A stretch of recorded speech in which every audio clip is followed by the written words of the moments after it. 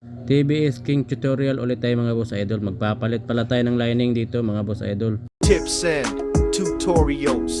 Okay mga boss idol, so unang gagawin natin mga boss idol, no? Tanggalin lang natin yung kanyang oil filter. At tanggalin na rin natin yung nut na tracy dito sa kanyang gear pulley. Pati na rin yung lock washer at plain washer. Gagamit naman tayo ng open range na 12 at G's. Tatanggalin lang natin yung mga gear cable. So dito pala mga boss idol, no, niluwagan ko lang yung nut. Tapos mano-mano ng pagtanggal sa kanyang nut. At luwagan na rin natin doon sa gear cable doon sa kanyang manubila mga boss idol. At pwede na nating tanggalin yung gear pulley. At tanggalin na rin yung mga gear cable dito sa bracket ng makina.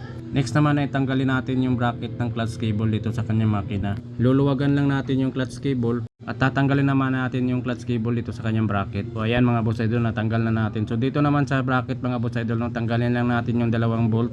Pag natanggal na natin yung bolt, pwede na natin iwalay yung bracket at tabi lang muna natin para hindi siya sagabal pag tinanggal na natin yung cover na makina. At tanggalin na rin natin yung dalawang bolt dito sa bracket ng starter mga boss idol. At pag natanggal na natin yung bolt, pwede natin itupi ng ganyan yung bracket. Tanggalin na rin yung plain washer dito sa kanyang cambio. At pwede na natin simulan tanggalin lahat yung mga bolt dito sa kanyang makina mga boss idol. So dyan mga boss idol, no, gumamit lang ako ng power tools para mas mabilis yung pagkatanggal ko ng mga bolt. At dito naman sa mga bolt na di kayang i-power tools mga boss idol, no, manumanuhin lang natin pagtanggal yung mga bolt. Pero pwede namang manumanuhin natin lahat yung mga bolt mga boss idol. So ayan mga boss idol, no, natanggal na natin lahat ng mga bolt. So pwede na nating tanggalin yung kahanang lining mga boss idol.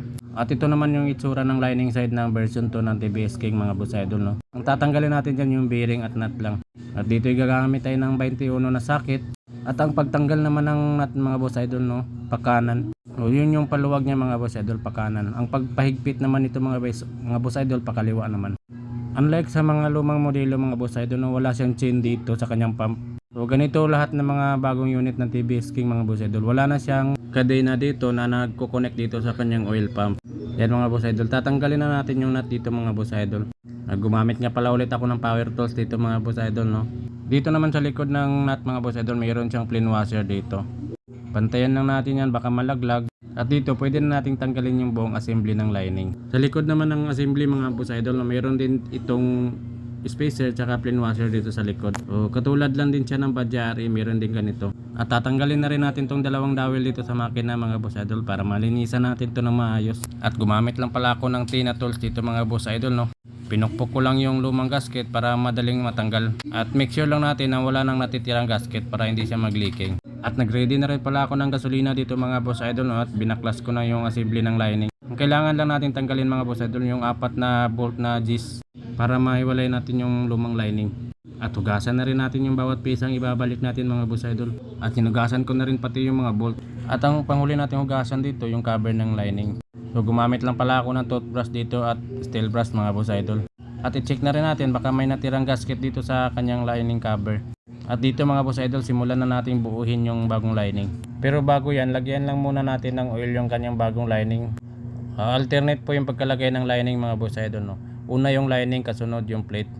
Tapos susundan ulit natin ng lining at susundan ulit natin ng clutch plate. So tapos lining ulit. Tapos plate naman ulit.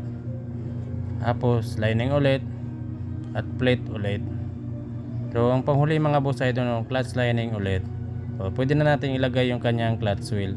At dito naman mga boss idol, i-align lang natin yung lining dito mga boss idol para may pasok natin siya ng tama doon sa kanyang clutch assembly. At hawakan lang natin siya ng pagganyan at i-align natin yung mga lining. Tapos ilalagay natin yung kanyang spacer bago natin ikabit dito sa kanyang assembly. So ganyan lang mga boss idol, oh. So pag naipasok na natin yan, i-double check lang natin kung maayos na. At pwede na natin ilagay yung kanyang clutch spring. At ikakabit na rin natin pati yung kanyang spring holder. At ibalik na rin natin yung 4 na bolt. Dito naman sa bolt mga boss idol, pwede tayong gumamit ng power tools. Pero mas maganda pag manumanuhin lang natin para maiwasan natin mabali yung kanyang bolt. Balik na tayo dito sa makina mga boss idol. Una ikakabit natin yung dalawang dowel dito sa baba at dito sa taas. At dito naman sa gasket mga boss idol, nilagyan ko lang ito ng grasa. Pwede pa tayong gumamit ng gasket maker mga boss idol kung gusto nyo. Ayan, at pwede na natin ikabit yung clutch assembly. At i-make sure lang natin na nakapasok ito ng maayos. Dito pala mga boss idol, no, tinanggal ko pala ito ulit para maipakita ko sa inyo na mayroon tong spacer dito sa likod ng kanyang lining. So ayan mga boss idol, ikinabit ko na uli. at ibabalik na rin natin yung lining. Next naman ay kakabit natin yung kanyang plain washer at yung nut. So dito naman sa nut mga boss idol, no, pakaliwa na yung pahigpit niya. So mano-mano muna bago natin gamitan ng power tools ulit para maiwasan nating ma-disalign yung threads. Ayan, at pwede na natin ikabit yung kanyang bearing. At dito pala sa cover mga boss idol, no, meron tong toser ng clutch dito. Posible itong malaglag pag ibinalik nyo na yung cover. So ang gagawin natin dito, lalagyan lang muna natin ito ng kaunting grasa. So ganyan mga boss idol, oh, nilagyan ko lang siya ng kaunting grasa para kahit pa paano hindi siya malalaglag. At pwede na natin siyang ibalik. At pwede na natin ikabit yung cover ng lining mga boss idol. O dito pala mga boss idol, dapat nakatapat siya na maayos sa dowel mga boss idol, no. At silipin na rin natin kung wala na ba siyang awang. So ayan mga boss idol, pwede na natin ilagay yung kanyang mga bolt. Gumamit nga pala ulit ako ng power tools dito mga boss idol, no.